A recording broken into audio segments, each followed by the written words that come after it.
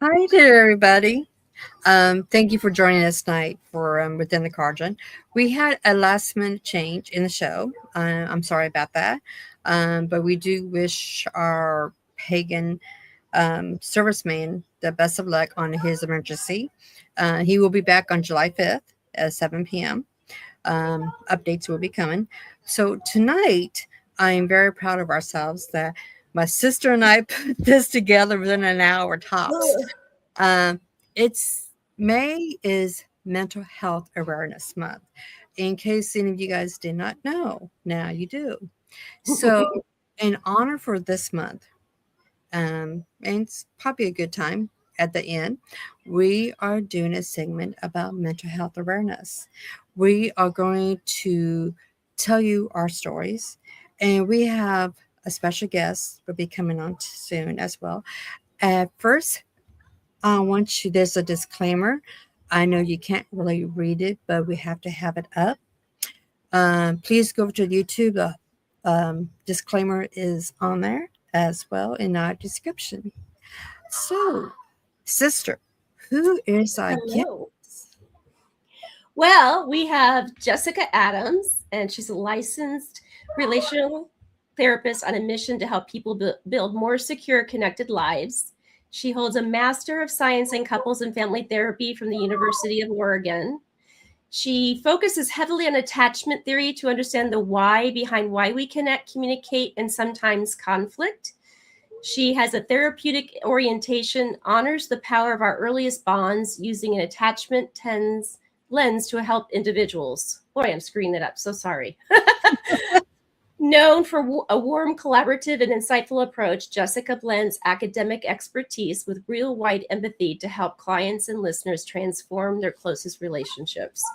And I get to call her a friend as well. So, Jessica, come be part of Hi. Hello, everyone. Thank you so much for having me and being a part of this. I really, really appreciate being thought of, and here I am. I'm just so happy you were available, like within that 1 hour that we were putting this together.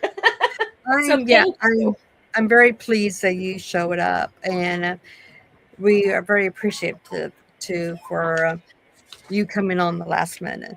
So, I am going to let my beautiful sister get started. Okay.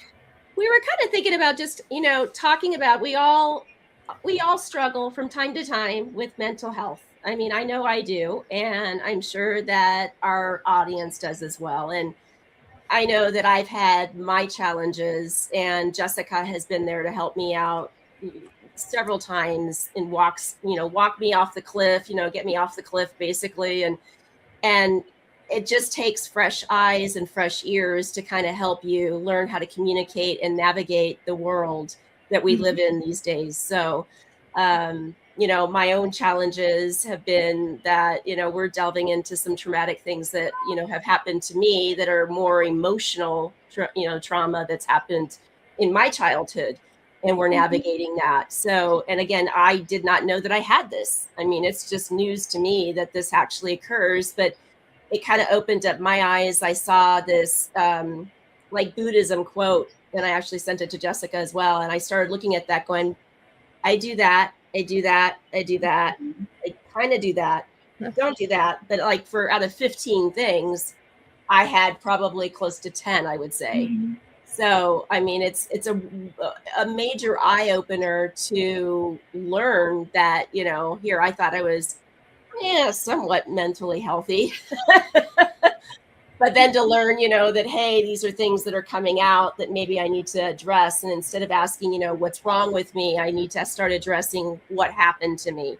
Yes. And just shifting that language was perfect. And just you being open to understanding that there's so many different traumas that happen to us, right? Like we know the basics that we hear all the time, but for you to be open to hearing what I had to share with you, right?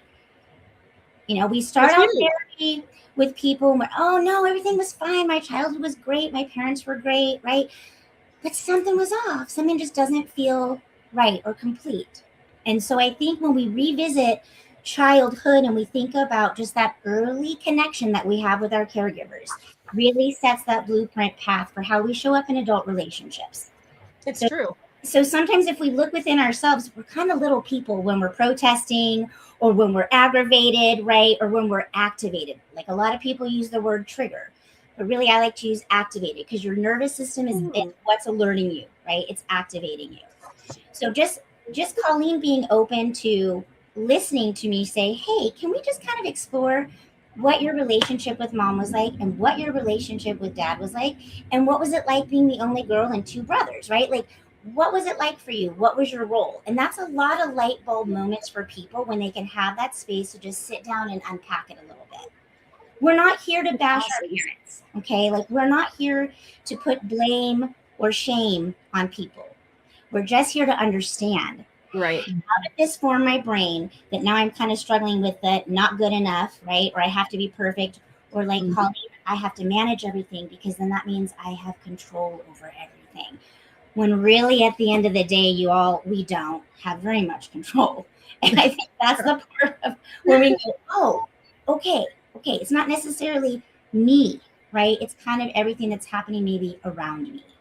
So I just appreciated Colleen being so open to learning that about herself and then being able to realize these are some of the patterns and this is how I'm showing up relationally.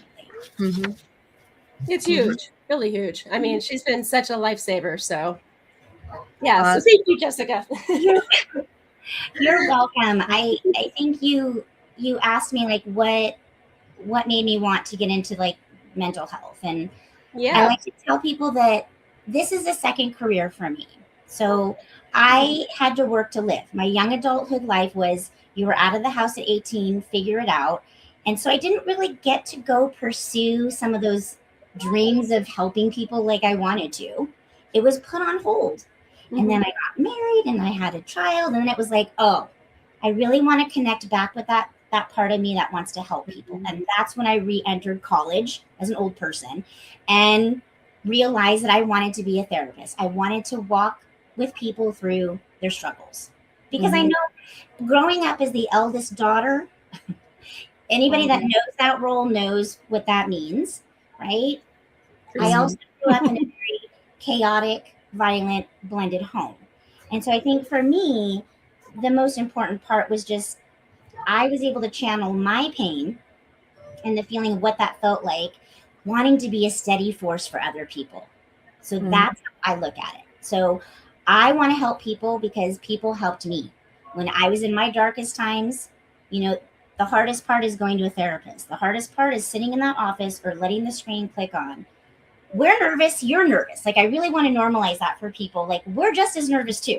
That's nice to hear because you always wonder like, oh God, she's going to judge me. She's going to tell me I'm just a complete crazy person, We all have struggles.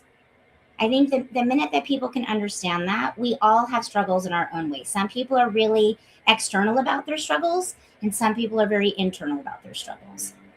And at the end of the day, the only way that therapy works is if there's that therapeutic relationship. You've got to trust that person, the therapist. And so I tell people you have to interview them. You take that 15 or 20-minute consultation call and you'll feel a vibe. When you're talking on that phone, you will get a vibe. Is this a person that I feel like I can be real and honest and authentic with? Because if you can't, then go. Because nothing's going to change. It won't work. It won't work. And not every therapist is for every person. And not every person is I'm going to be a good fit for. Does that make sense? Oh, yeah, absolutely. Yeah. It does make sense. I know with my husband, he had an accident about 33 years ago, right? 1993, where he lost a limb. I lost my And so he had, of course, the VA was like, you got to go to therapy and everything. And, it was helping him. Yes, I will admit and everything. But he found out, let him tell his story, but he found out there's other ways that he can do to help along with his therapy. Yeah. Therapist. Want to take over? Yeah. Oh, you Yeah, did. come on, Chris. Yeah, I lost my hand back in '93, shortly after Desert Shield, Desert Storm. Okay. And the war was traumatic. Even though I didn't see action, they push this button in you where you just want to kill everything. Yeah. Whether you see action or not, they do. They brainwash you. Yeah. Mm.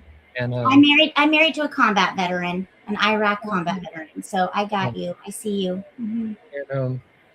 and I came back home.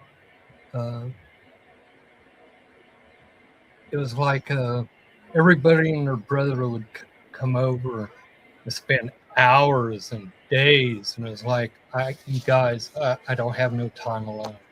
I didn't have that, and it took me a while to decompress from that, and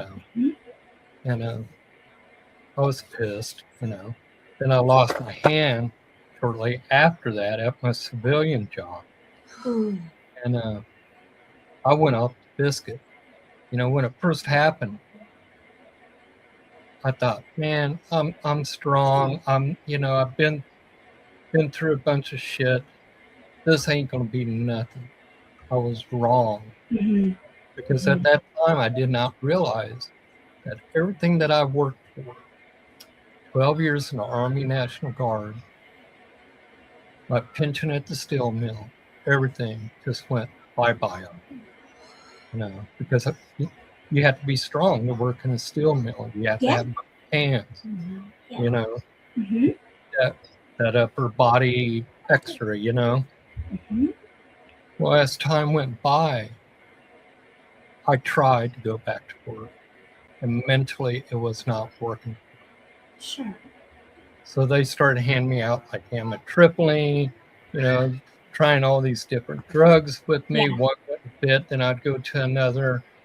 That wouldn't fit. It was either I'm an asshole or I was just no filters. Yeah. You know, Yeah. I found that nobody told me that I would mourn the loss. Yeah. Yes. Yeah, it's Very much. Yeah. one of those things where you wish it wouldn't happen, Mhm. but I've learned to cope with it. Mhm. It's still an emotional subject for me, because I didn't tell you the gross in-betweens. People running from me when I was asking them for help. I had to do my own first aid. Oh my gosh. And that's reality. People hasn't seen nothing like that. They're going to go, oh, their first instincts, their stomach's going to turn inside out, which is unfortunate, but that's a normal human. I don't hold no grudge against any of those people, because it would scare me too. Yeah. But it took me years to get over that. But the only way that I really got over it was through music and spirituality. Yeah. And every once in a while, I do get angry because, I want to be like everybody else. I'm doing a job. I know how to do it. I'm not physically capable of doing it. Yeah. So I depend upon coping mechanisms of other things like Minecraft. I love to create. I'm a combat engineer. I like to build stuff. Yes. I still try to play guitar. I don't let my handicap deter me from trying. From trying. That's the big thing within our lives. We get hurt, and we just kind of curl up in a ball. Yeah. You don't want to talk to people. Right. And when you do talk to people, and this is my experience, that I just don't want to say I'm pissed because they're there. They're trying to get me to go out into public. Still to this day, when I look in the mirror and I see my arm, my hand's gone, I don't like looking at my reflection. So, And you know, it's still like this was 93 and it's yeah, still a struggle for you when you get up and you see that. Yeah. yeah. Do you feel like you got that space to like cry and get angry and talk it through, or do you feel like they were just shoving the anxiety meds or the depressed meds at you? For a long time, I just kind of tried to shut it down. Mentally, I just tried to shut it down. But what I have found is, Jeremy, my experience with people within our community, our pagan community, when I see them going through a tough time, they'll look at me and say, "Holy shit, what happened to you?" Excuse my language, ladies. But That ain't nothing. I tell them, and I'm truthful, and I tell them, it ain't end all, beat all. You still got to be you. Mhm. Just maybe, like for me, I love rappelling. I love climbing up a really tall, high wall, 300 foot, 400 foot, and rappelling down it. And I can't do that. So to me, it's like I lost a lot of things. I enjoyed working. I believed in the, sweat of the brow.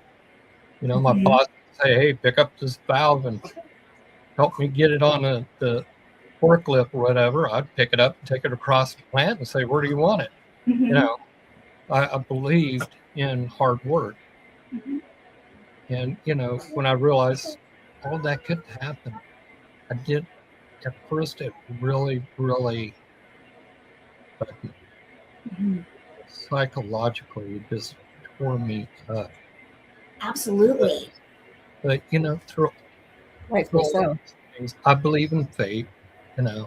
We all have a destiny within our lives, and we're all destined to fulfill it. Whether it's a short life or a long life, or if you get hurt in between, you can't let it stop you. And I still see a psychologist to this day because, he's my little cheerleader in the corner.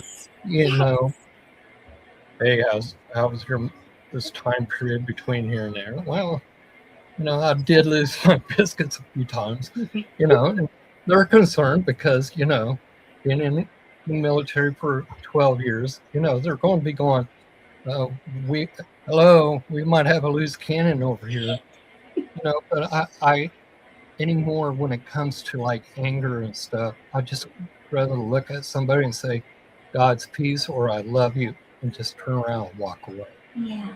Because it's easier for me to walk away than it is to actually argue, fight, and sputter about what is right and what is wrong. Right. At the end of the day, yeah, I do care what they have to say. But then again, I also care about what I must. So I just walk away. That's why I say I love you, or have a good day. I love you. I got to go. No. Chris is the calmest person I know. Oh, no. He is. No, he really he is. No, I mean the percentage of him being calm, I know, is like 90% that I see. So yeah. And that's practice. That is practice. It took me a long time to really get my, what would say, as my dad would say, get my oars going in the right way. Yeah. I love that saying. Jessica, what is one small habit that helps most people feel better that you advise them to do? Well, one really tiny habit that really helps people is to change the way that we talk about what's happening with us. So instead of saying, "I'm an anxious person," we are going to say, "I'm experiencing a wave of anxiety right now." So there's a lot of reframing how we talk, because it's not that I'm an anxious person. You're literally just experiencing the anxiety. And when we do that trick, it creates a small pocket of psychological distance that gives you room to breathe and observe the feeling rather than drowning in it. Okay, so you're separating yourself so that you can actually just feel the feeling versus drowning in it. And I would bet, Chris, that you had moments where it was probably easier not to deal with maybe the anger or the grief that you were experiencing. You were trying to maybe distract yourself or oh my gosh, I can't speak.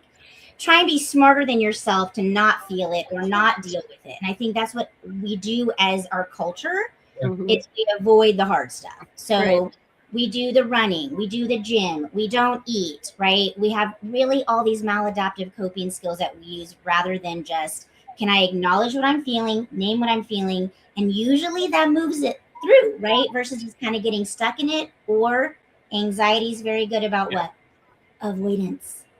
So, so my initial reaction to Colleen would be, oh my gosh, you want me to be on your podcast? Oh my gosh, no way. And then I'm like, wait a minute, this is your anxiety? Like, no. Anxiety's tricking you to be scared, Jessica. Like, you stepping into this is breaking that pathway of fear around doing something. So every time that we don't give into those pathways, we are recreating a new pathway. So you wonderful people are also helping me at the same time right now. Kind of, I'm okay. I'm going to survive. This isn't that scary, right? Because when we think about anxiety, you guys, it is our internal alarm clock. It is letting us know that something's up, right? But that is like from our caveman brain, because we had to run for our lives from dinosaurs. We don't have tigers chasing us anymore. So a lot of that anxiety is a lot of just, can I just rationalize, check my thoughts? Is this evidence? Is this rational, right? And then to do something with our nervous system. So lots of people will go to therapy for a long time and they'll say it didn't help or it didn't work, because sometimes talking about the same thing over and over and over isn't moving it through your body. We somatically have to address our nervous system. That's for the breathing, the meditation, the yogas, right? Engaging our vagus nerve, humming, singing. Those things calm our nervous system. And these are things that we can do without people knowing we're calming our nervous system. That's the beauty in it. You know, anxiety is very manageable without people knowing that you're trying to manage it. Mm-hmm. That's incredible. That's a great little That coping is. mechanism. It truly is. Like, You know, it's Colleen, what were you going to say, Chris? I was going to say, you know, for me, falling witchcraft was one of the best things I did.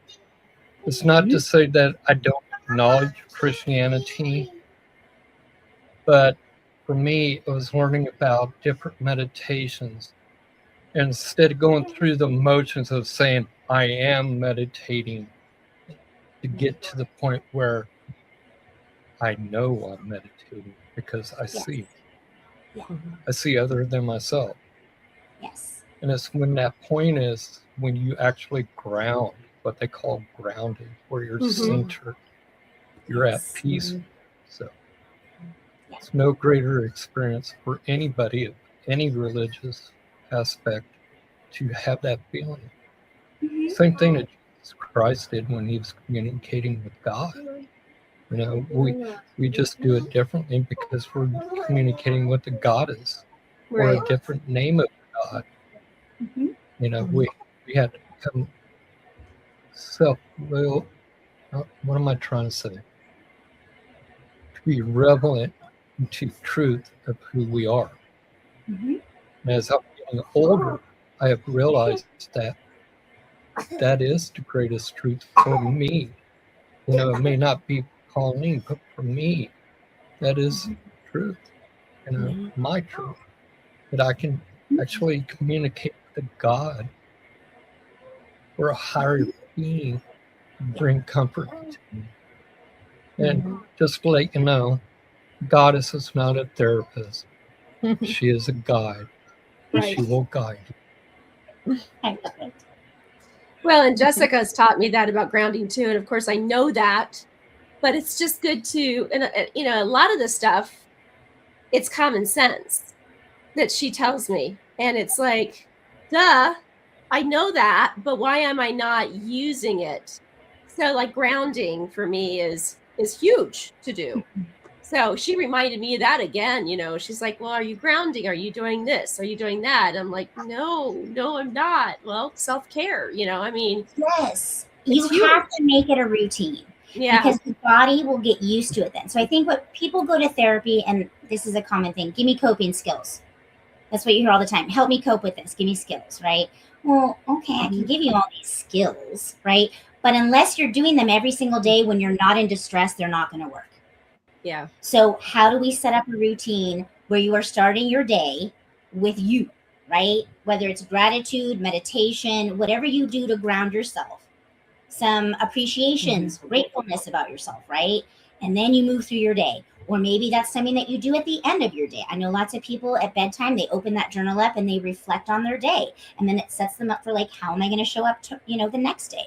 But coping skills do not work in the moment if we are not using them consistently. I tell it to people all the time. They just won't work because when our brain is panicking or hijacked or overwhelmed, it cannot think about what can I do right now to soothe myself. The brain only can do one thing at a time. So at that point, you got to bring it back online so that you can then go, okay, what do I need right now to soothe myself? When we're panicked, we can't do that. It's gone. And I don't know if you guys saw the movie Inside Out. I don't know if you've seen that movie with the emotion. Yeah. And the most recent one, they had anxiety. And you saw in that part of the movie, you can stop, right? That's what anxiety is like in the body. So we need to flip that switch. And so that is grounding. That is bringing you back to the present moment because you're not in the present moment. You're panicked. And your brain is just going to sit there. So what do we do, right? Well, somebody broke that pattern, right? They got them away to let go of that. And then it was like, oh, now I can think about what I can do to soothe myself. That movie is the best movie for people to understand emotions, negative core beliefs, because that's what I guarantee Colleen's got some negative core beliefs. We are born abundant. Every single one of us are born abundant. We are perfect just the way that we're born. It is our experiences and all the things that start to get put in this thing that then kind of create or sets up how we view ourselves, right? And so if you have supportive, great caregivers who met all of your basic needs, right? They weren't yelling at you. They weren't spanking you. It was a pretty connecting, safe childhood. You're probably not going to have a lot of negative things about yourself that are stuck there, right? You're probably going to have some good confidence and some self-esteem. Right. If you grow up with caregivers who are inconsistent, right, or bullied you, or who ignored you, right, you are going to start to think, am I unlovable? Am I not good enough? Do they not like me? Like, I see adults all day long, and it's heartbreaking when they unpack the beliefs that they think that they have from their childhood when none of it, like, wasn't true. Now you're old enough. You can go back to you and say, we got this. Not 5 anymore, right? I can handle you. We got this. We talk to our inner self and we tell her, you're going to be okay, girl. We've been through harder shit, right? So a lot of, like, what you're saying is we're already born wonderful. It's just everything systemically that is introduced. Yeah. Right? Yeah. It's true. And we don't get to tell people, well, that wasn't as bad as mine. Like, that whole comparison thing around trauma, and no. People's experiences are their experiences. And who am I to challenge that? I will challenge a few things because I'm a very direct therapist. I'm very warm, but I'm going to call it out. Like, you hired me to do a job. If you go to see me, you're hiring me to do this job. And I'm not going to do a good job if I am what? Just pacifying you, agreeing with you, not saying, hey, let's look at this a different way. Or what about this? Or have you thought about that? Right? Like, I don't want people just coming to me and not feeling like they're getting anything out of it. I'm going to challenge you. I'm going to say, let's look at things. That's the way it should be, though. You know, like for a long time in my life, I thought my name was son of a bitch, or what the hell are you doing now? You know, that was my mom. Yes. You know what I'm saying? That was my Yes. mom. I was a little bastard for some reason. But you know what, though? I forgive her for that. Mhm. Maybe I deserved it, maybe I didn't. I'm willing to take 50-50 on it because I Yeah. did do a lot of things when I was a Yes. kid. But that's what being a kid is. It's about the road of 100%, Chris. recognizing.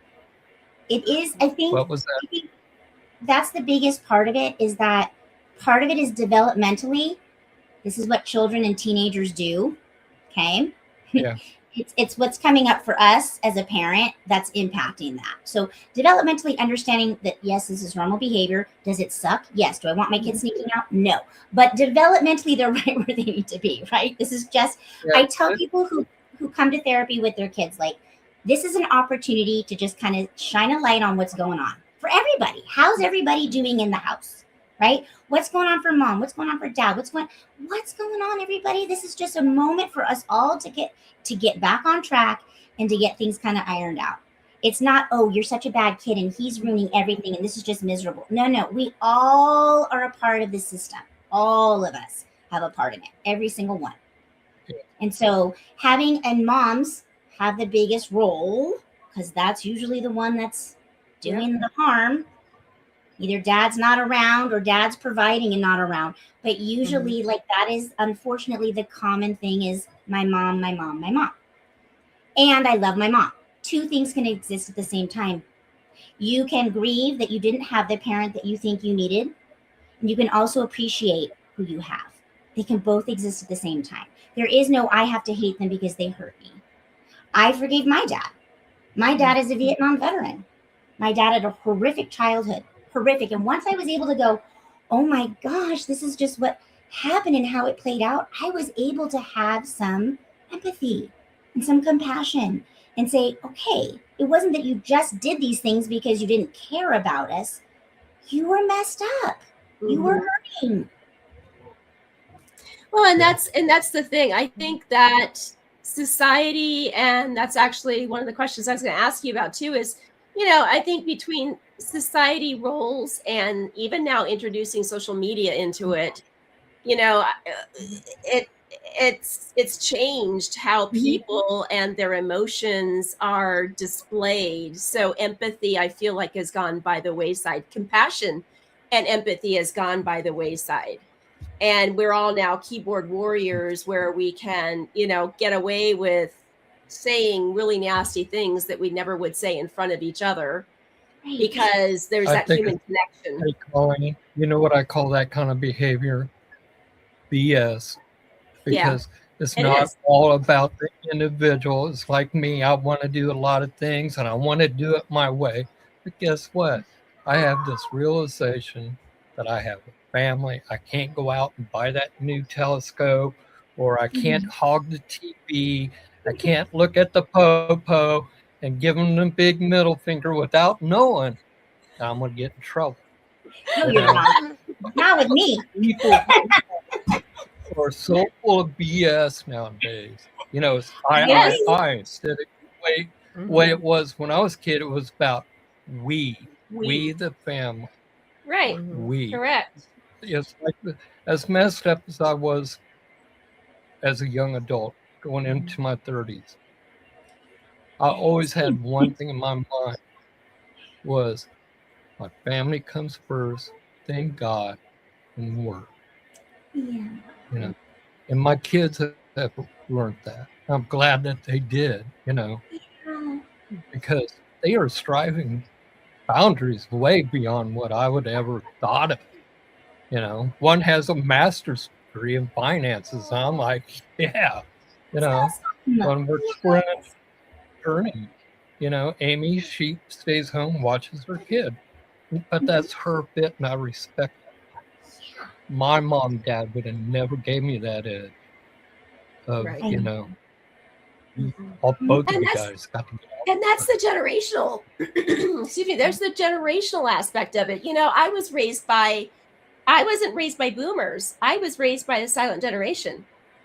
So it's so different from boomers raising children.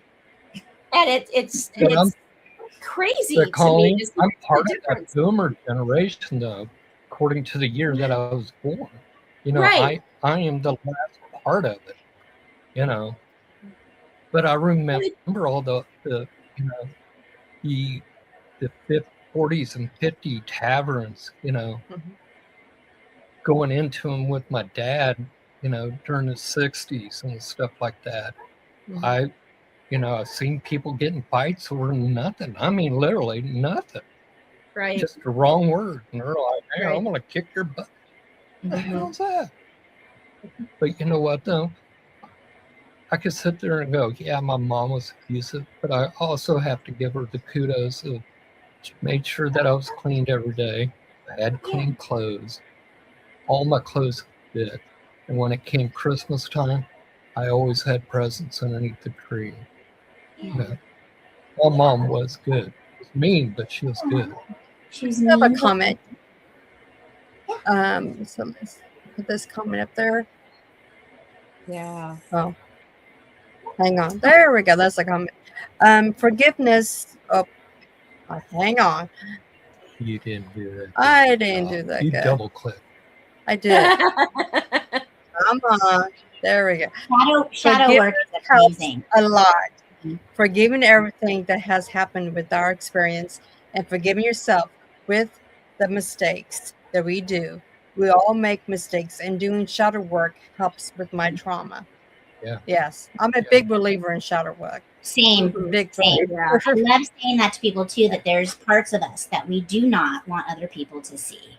Right. And we all have those Yeah. parts. I know I do. Like I jokingly call it, when I say something, I'll go, well, that's my dark side speaking. I love it.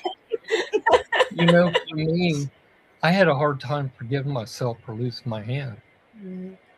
I realized it was a total accident. Yeah. Lockout, tag out didn't work for me. The auger got a hold of me. It chewed me up, And for years and years, even though I knew, people were saying it wasn't your fault, Right. I had to learn to forgive myself, to once again love myself. Mhm. That's when I really started chilling out with my anger issues and stuff like that, letting go of the war, all the BS that we had to go through. It took me a long time to, and that's where grounding, centering, Mhm. saying kind words, looking in the mirror and saying, yeah, you look ugly as all get out, but you know Get what? out of here. I love you. I love you. But I love you. Those were major. Yeah. And we have another comment. I go back and forth on forgiveness. I can't seem to fully commit to forgiving those who hurt me. I tend to. I hear that a lot. I tend to do that. Yeah. I have a tendency to do that. I know I'm bad at that. And like you, Chris, I have a hard time forgiving myself for things that I've done in my past too.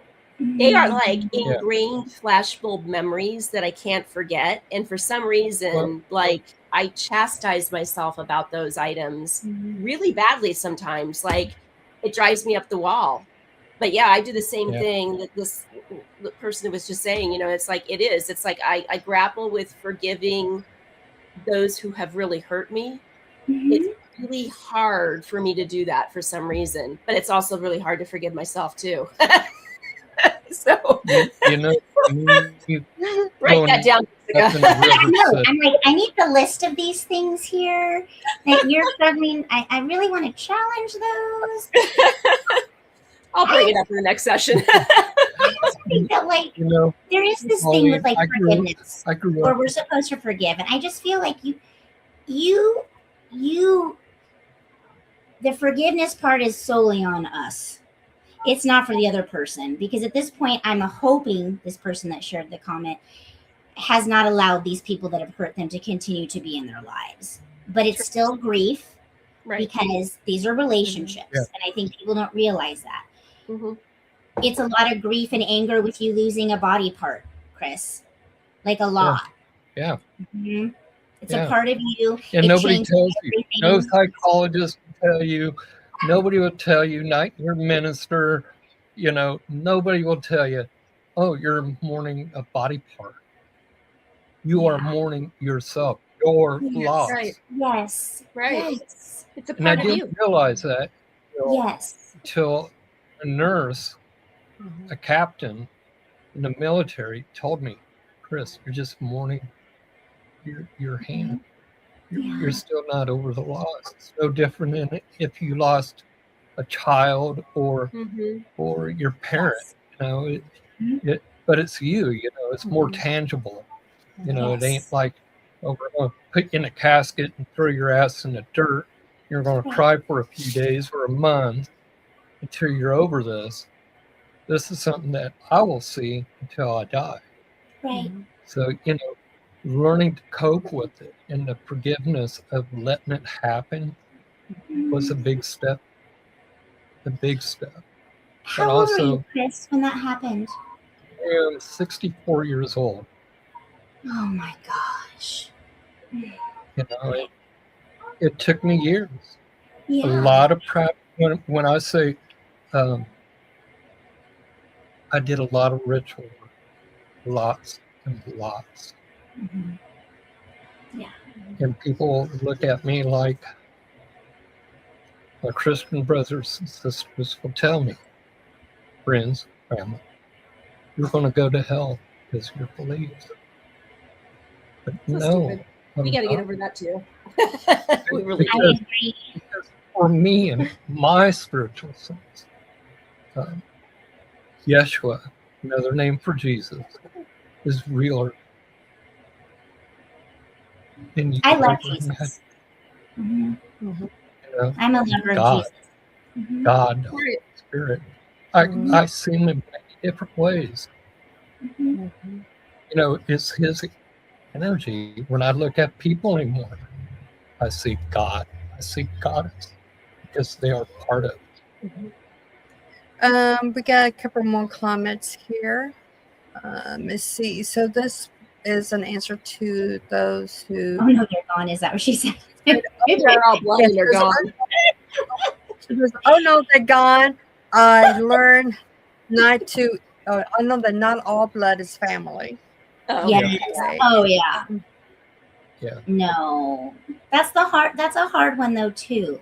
That's a hard Yeah. one. yeah. Family is a difficult one to deal with because it's like you have blood ties and there's expectations and there's, That's it. obviously Chrissy and Jessica know about this, but it's like my Right. brother Mark, same Mhm. thing, it's like blood.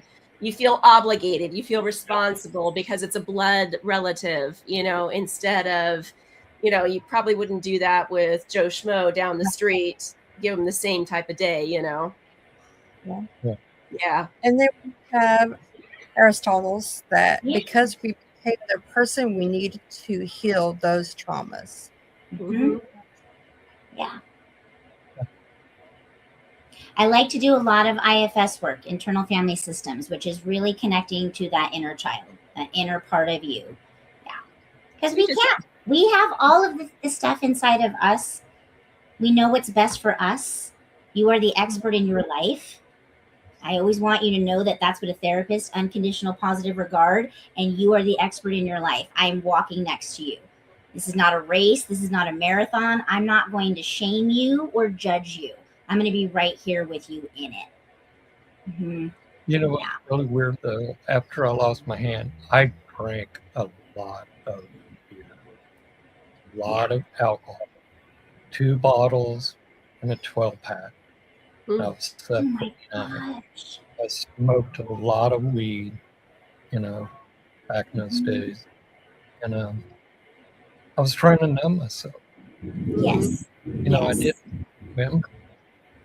But I found that running away from my problems didn't solve none of them. It just created more because I had people coming up to me going, Chris, what the hell got into you the other night? And I'm going, what are you talking about? Oh yeah. Yeah. I would drink to the point where I would black out. Ugh. And I just didn't care. It got to the point where I was making my own beer, 50 gallons at a time. Oh my Oh yeah. gosh. Oh yeah. Wow. Oh What yeah. helped you stop that? What helped you realize that wasn't working? Rituals. God, Rituals? God. Yeah. ritual, lots of Mhm. rituals.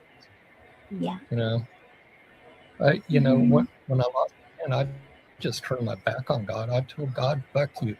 If Oh, this is the I'm kind of sure. life that I'm going, then fuck you." But I Mhm. realized through all those struggles that I shouldn't have said that.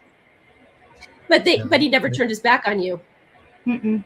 no, It's not that's not in there. It's not in the god or goddess's way of doing that. They don't do that. It's like Jessica walking beside you as a therapist on your journey. They're doing the same thing for you. And yeah, sometimes you hear fuck you. Sometimes you hear like, oh my God, I'm so sorry. I didn't mean that to you. You know, I mean, that's part of healing. That's part of the trauma and it's coming out and you're learning to adjust to it and learning how to cope with it.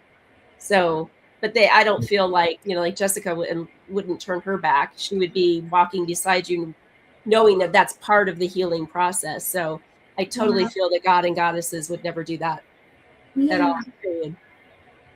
Mhm. oh yeah, you know, it took me a long time, you know, to self-realization that self-destruction wasn't the answer. Right. And Well, I I still think have my self-destruction. I went from cigarettes to a vape, but you know, I cope. I'm coping. Yeah. I love it.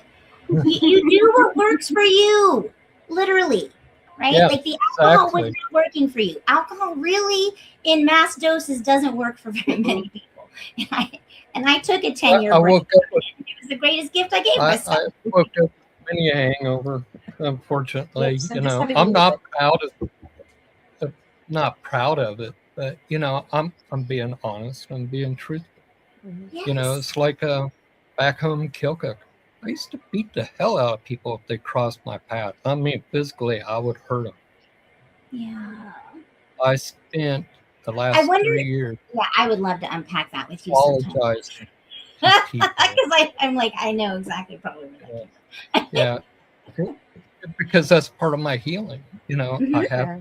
Right. you know, guilt does a big major number on a person after a few years of going, Mhm. holy crap, I did this to so and so just for saying something stupid or because he did something that I thought was uncool. Yeah, you know, I didn't grow up in the best atmosphere. Home life was great. My parents were decent, but the people I hung around with wasn't. Yeah. But I mean, that doesn't matter. I mean, that's life, you know? I mean, Oh yeah, oh yeah. oh yeah. But that's part of doing that. Oh You know, gosh. it's like I seen a high school friend at a Yeah. class reunion. Yes. I agree Walked up to him and 100% said, "Hey, I'm about sorry." Yeah. bodies not working with the You know, medications. I walked Oh, up to him and I apologized to him. He looked at me. He goes, "What are you talking about?" He goes, "I forgave you a long time ago." that's nice. Yeah, so Marine Kitty says, I have ADHD, autism, and CPTSD, so I get that. Self medicating slows me down enough to think. It's not what I want to do, but sometimes our bodies don't work with the medication that are prescribed. Yeah, What's that's why I CPTSD? smoke weed. I know what PTSD is, but what's the PTSD, Jessica? PC is complex, so complex Complex. PTSD. So significant trauma. Okay. Significant layers on top of layers on top of layers, on Oh, top I'm of so sorry. neurodivergence, which is really tough. It's tough to treat, right? And it sounds like I think our go-to always is medicine. I have Yeah. lots of clients who are like, well, they're just throwing this Lexapro at me. And I'm like, oh, I think what you're going through right now is just situational. Sometimes Right. people are going through situational things, you know that, and you don't need to take something because it could just be something that you're going through, Right. right? Mhm. So Oh, I'm that's so hard sorry, Kitty. for Marine Kitty. Absolutely. That's a tough one. Yeah. When they say like self-medicating, are they will they maybe respond? I don't know how this works. Do I just talk to them? Yeah, because then they'll comment. They can comment again. Okay. So yeah. Yeah, they can I come wonder, in. Yeah. is the self-medicating the alcohol? Is it other things? Do you have any anxiety or shame around the way that you're self-medicating? I am curious. So I think that's a common thing when the medications that are being prescribed don't work. And Right. other things are kind of like she said, or like they said, slow the mind down. Because I know with like marijuana and ADHD, they've got a lot of strains that they're showing that it really is helpful for some people with ADHD to smoke weed. It actually gets them motivated, it actually gets them out of their head, it actually gets them functioning. And so balancing some of the research and the science that's coming out with the autonomy about people being able to do what's best for them. That's where my line is. I will always be with somebody like, what is the medicine that works best for you? Will we unpack how it's showing up, right? Or is it negatively impacting you? Yes. But at the end of the day, again, you are the expert in your life. You know what's best. And you know what works and what doesn't work, especially in certain situations. Yeah, for sure. And I think there's a lot of stigma with marijuana. There's a lot of stigma with microdosing. There's a lot of stigma with some of these things. And I'm like, the research is showing some pretty effective things with the brain, right? Mm-hmm. And there's a lot of treatment resistant diagnoses out there. Yeah. People want relief. They're tired of being in their head. They're tired of feeling this way. They just want some peace, some relief. And I think that you have experienced that by your spirituality. I feel like you genuinely walk with that. You exude that. Yeah. Right. Mm-hmm. Yeah. He does. So she did answer you back. Alcohol and cannabis, I feel a little shame, but if it works, it works. Yeah, girl. Absolutely. Don't be ashamed of the cannabis. Yeah, exactly. I've been. I moved out to Colorado just so I could use cannabis because it did help. But what I found was sativa is a no-no for me because it brings me too much into my head. Indica calms me down. It helps me ground out. It helps with my aches and pains and stuff. So there's no shame in using cannabis. It's how you use it or how you use it and whether you abuse it. Right. There's a difference. Yep. But there's also a lot of stigma breaking around cannabis use, right?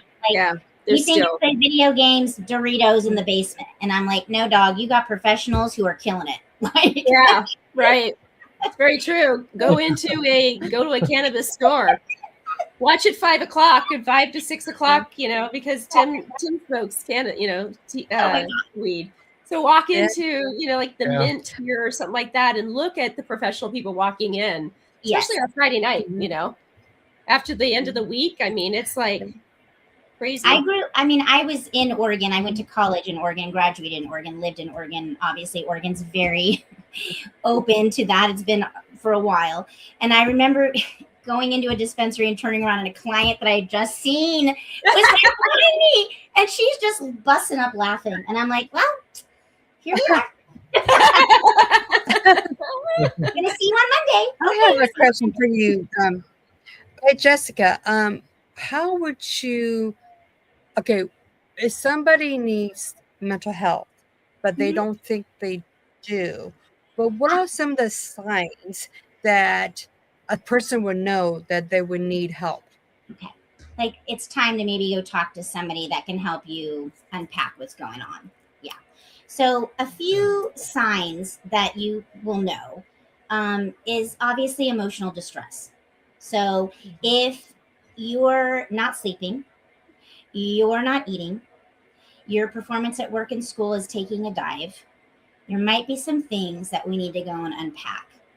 Okay. Sleep and food are the two most vital parts to our lives. And we know that eating disorders are the number one mental health. Okay. People die every day, all day long from eating disorders. We don't talk about it because our culture, glamorizes thin, right? Correct. So these are just when you're not sleeping, you're not eating, you're doing poorly at work, you're doing poorly at school, might be time to go talk to somebody, right? Maybe you're also having some relational distress, right? Family distress. And another thing is the coping skills that you were using, self-care, is not working anymore. So you're trying all those things and nothing's helping anymore. Those would be some of the signs that like, maybe I need to go and talk to somebody. Not your family member saying, maybe you need to go to therapy. That is not your, they're the ones that probably need to go to therapy if they're telling you to go to therapy. But those are just some indications about like maybe I need to go and have a third party sit with me and kind of unpack this. Somebody who's got no vested interest in it, right? Not attached to the results.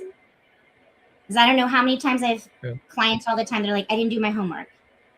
I'm anxious to come to therapy. I'm like, oh my God, no. This is supposed to be your safe, calm space, baby. Not I'm getting all nervous to go in there and talk to my therapist about what's going on. And a good therapist But is you always. know what? Hey, Jessica, a lot of people, like for me, I get scared to death. I feel like a little kid hiding behind my mom's skirt, but I'm hiding behind my wife's skirt and going, I don't want to go in there and talk. Yeah. You know, True. it's like every year I get assigned in this, and I go in and they're like, well, I see your file. Tell me a little bit about yourself. And I'll tell them a little bit about myself. And they'll say, tell me about your hand. And every time I click into that, I start going deep into detail like they want me to. It releases all those things that I was trying to close up. Mm-hmm. And it's like, it's ain't fair. I've already done this. How many times with you guys? You can say no. You can say no, Chris. You know that? And honestly, it's not appropriate because you just named it. It just re-traumatizes you. It just refreshes that wound all over again. And so I would say, you know what? That's off the table right now. Trying to heal. I'm trying to heal. I've already talked about the injury and the accident. Let's just talk about how it's impacting me right now. My thoughts about myself, right? Like those types of things. Right. You have every right to tell somebody in therapy as a therapist, like, I don't want to talk about that. I'm not ready to talk about that. And if they have an issue, that is your time to get up and walk out the door. They should respect every time. I've done that before. Yeah. Good. Every right to say, I'm not ready for that, or I don't want to talk about that, or that's not why I'm here right now. And a seasoned therapist is not going to take that as like, oh, they're going to say, cool, hold on. And they're going to meet you where you're at. I would say that's probably the biggest strength of mine is just meeting people where they're at. Mm-hmm. I have a question, Jessica, from the audience. I hear that, is it psilocybin? Psilocybin. Mushroom. Yeah, it's starting to be used in therapy and helps reset the brain. What do you think about this? I've heard this too.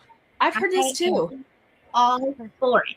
I'm all for it, but I will disclose that I may do it for my own therapeutic benefit. It has been proven like a couple times of microdosing that you have the freshest restart in your brain. It's like a reawakening. And so I have a child who struggles significantly with mental health issues, and she's going to be 21. And we've been dealing with this for quite some time. We've done the medication route. She does it. She's not interested. Okay. But we're not willing to do any of the other things that you do instead of pills. We do skills. She's not ready to do the skills yet. So I'm like, this is a severely depressed child. What if I could get her to take the mushrooms and get all of that out so that as the brain is continuing to form, right? Because the brain stops developing around, well, it's always changing, but really it stops developing around 24, 25. What if I could reset this kid's brain and like have her off in the sunset and functioning versus treatment-resistant depression, right? That's kind of where I'm at. I think it's great. Arizona is in the process of like. They are? They are. Oh, wow. Oregon is already doing it. So some people are just going out of state because insurance isn't going to cover it. Colorado, I think Colorado is too, because actually Tim and I met with. You can go buy psilocybin up in Denver. Wow. Okay, only city that's legal in Colorado. Yeah, that's interesting because this was a couple years ago that we were there for a concert and we met somebody there that was friends with Tim's boss. And we had dinner with him. And this is what he does. Like he literally invested a huge chunk of money into this to be able to, and he's paid for the research, he's paid for the scientific backing and everything to it. And he was talking to us about that and at dinner. And this is before I met you, Jessica. I was like, my mind went, Tim, can we do that on Tim? Mm-hmm. Mm-hmm. Because he's so wired, so whatever, I can't think the word is, but is there a way for me to like send you all some like resources on this that you can then put on to somewhere? Like I have articles and things that the listeners who are here, Yes. you can access these things and kind of I was going to ask you if you could. I can Yeah. just redo the description on YouTube. So when you look at the YouTube channel, they can look at the description with all the resources that's in there. So if you send it to me, I would love to do that. We do have one more question from the audience. I feel like for men, it is harder to talk about emotions yes. and being vulnerable from what we experience. yeah. It is. Mm-hmm. It is. That's why I We're just think taught it's wonderful that Chris to talks. be I mean, self-contained. Yeah. Yeah, but it took me years to learn to open up and be truthful, about, it used to be, Chris, how you doing? I'm doing well. When actually I was hurt mentally, Right. physically, Right. I'm Right. doing all Mm-hmm. Well, the VA I would even offered. The I would VA have to offered. say the VA offered you good stuff. Yeah. Yeah. good. Mhm. I didn't do I it. would say that we're seeing a shift, right, in men accessing mental health services, accessing resources, wanting to understand themselves, wanting to understand how they show up in their relationships. Because we all know the big words, right? We know misogyny, we know patriarchy, we know white supremacy, we know gender roles, we know feminism, right? Mm-hmm. So part of a lot of what's happening with our men is that it's already ingrained.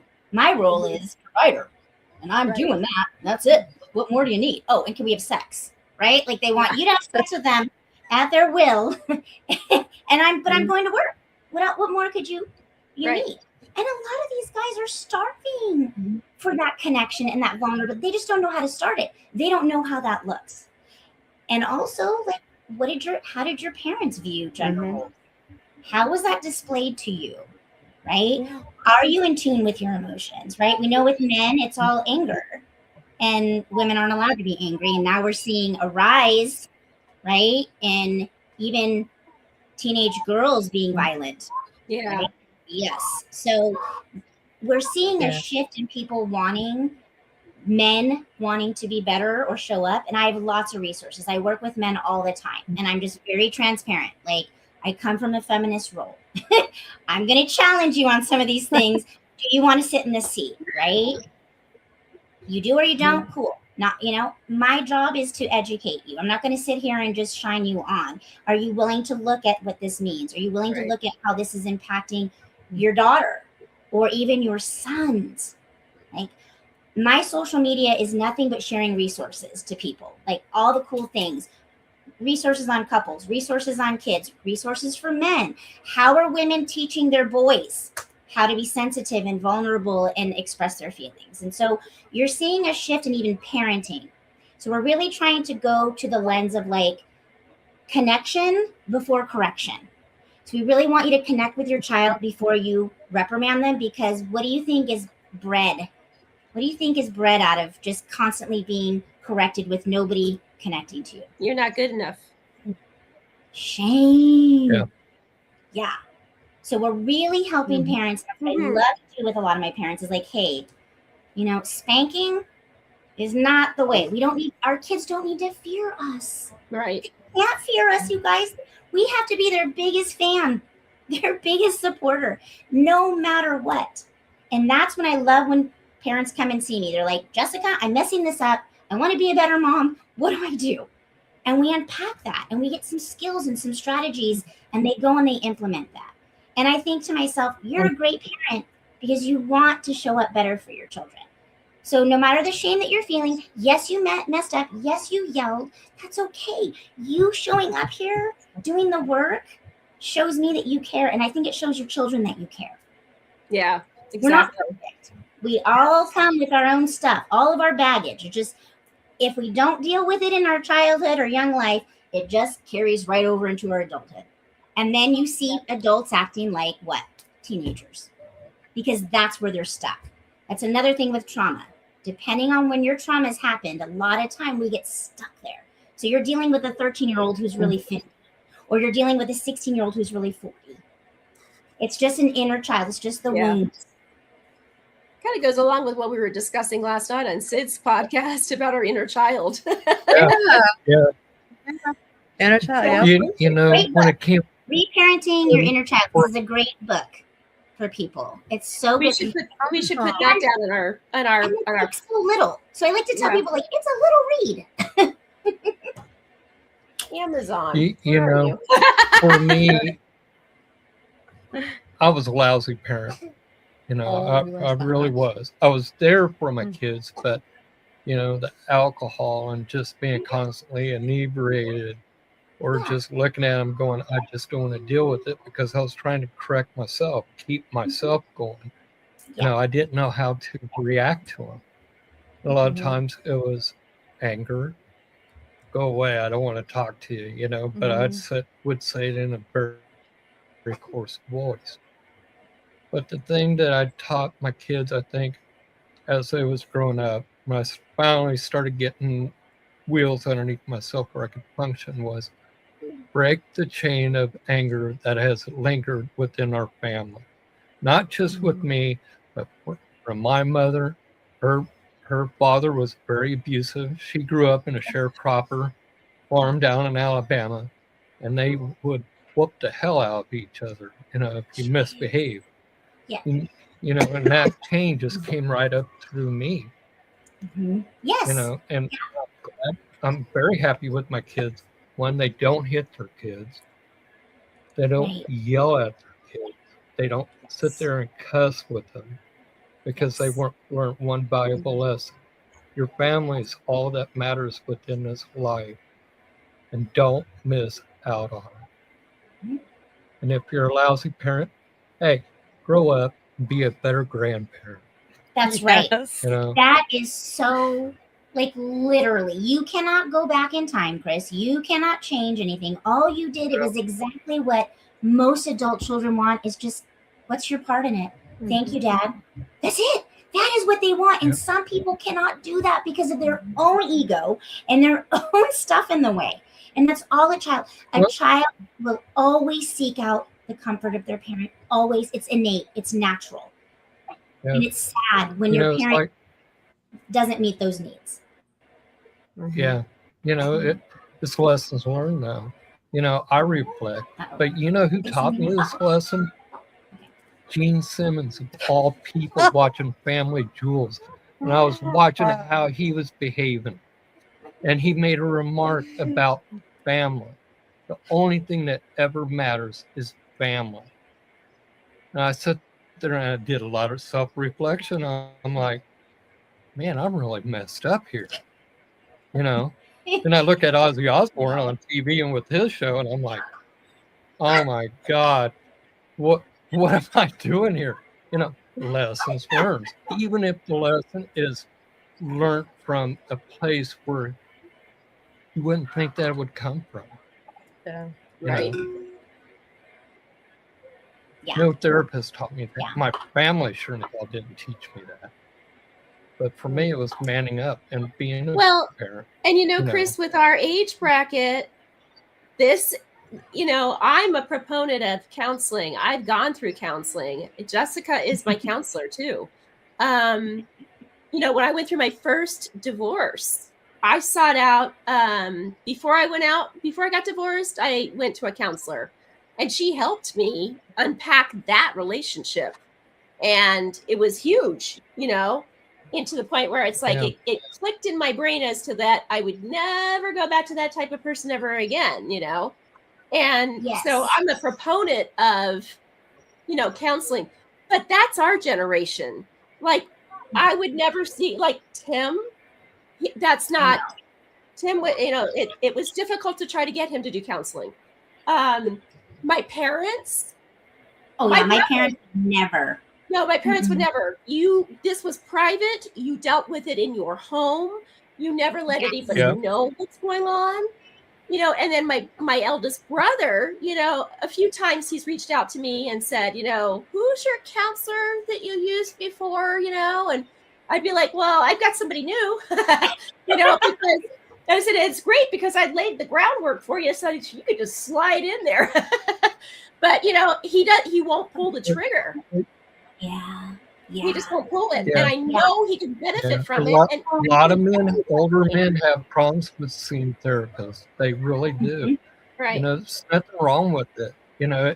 It's like for me, a high priestess was one of the best damn psychologists, therapists that I've ever had.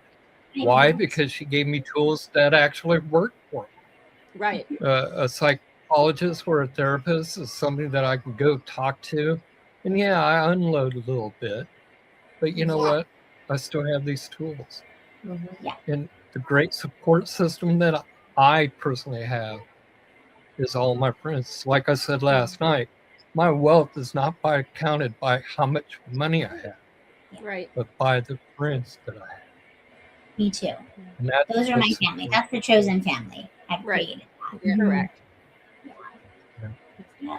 Yeah, Well, this is we why- have we're a little bit past the hour, of course, but I knew it was going to go over.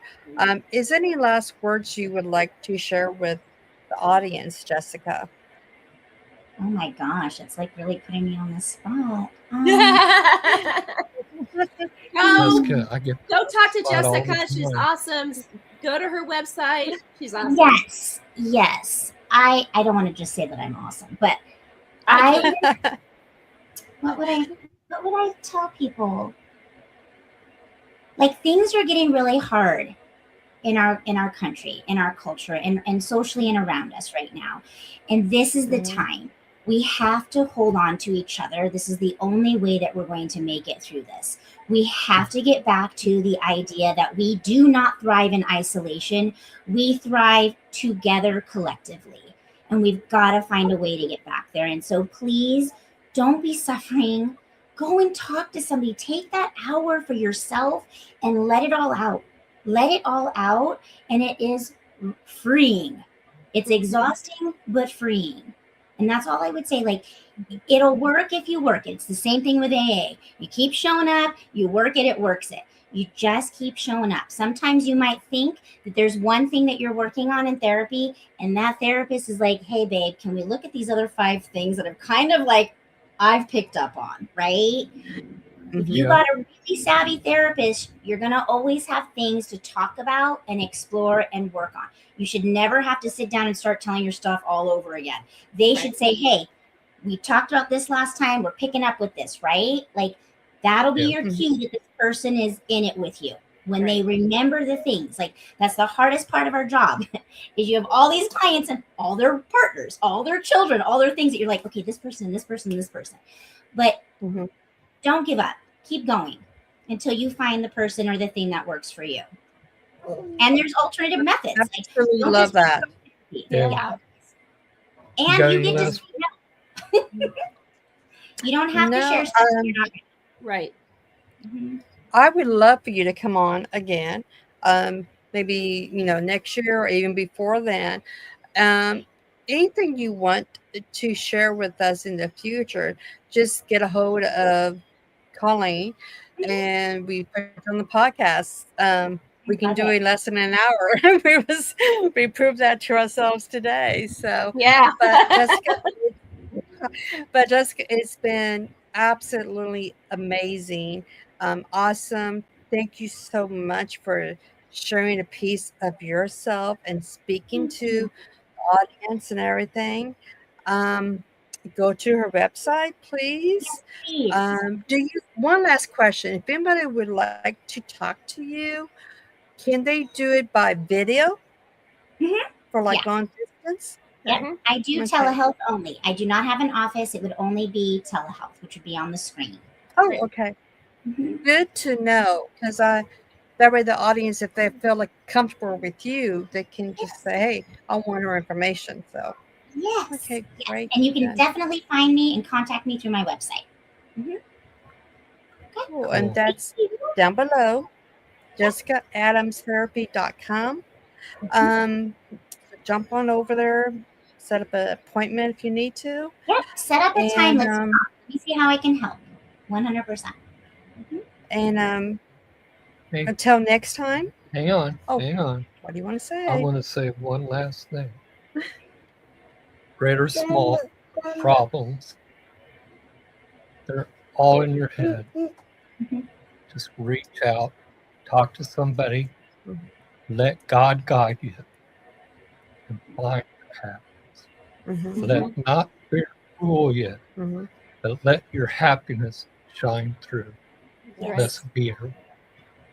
And don't forget to share our YouTube channel, subscribe, please, and like, and share this video because I think it will help a lot of people. And jump over Absolutely. to jessicaadamstherapy.com and talk Thank to her. you. Yeah. Thanks for Until having next me. time, you're welcome. Until next time, be blessed, everybody. And just Good gonna night. stay on Let's after we be. close, okay? Okay.